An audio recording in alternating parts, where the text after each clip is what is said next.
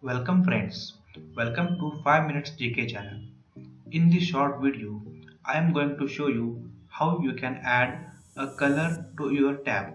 Here two tabs you can see, one is height column, one is target line. Height column is having a yellow color, but I want to make a color to target line. How I can do? Using your mouse, press the right key and you will get one dialog box. Here tab color you can see, and whichever color you want to give, please select that color. I want to give that dark blue. After selection, the color has done to what you want to see, then you click on hide column, then your blue color appears here. I hope you are enjoying my short videos about Excel tutorial.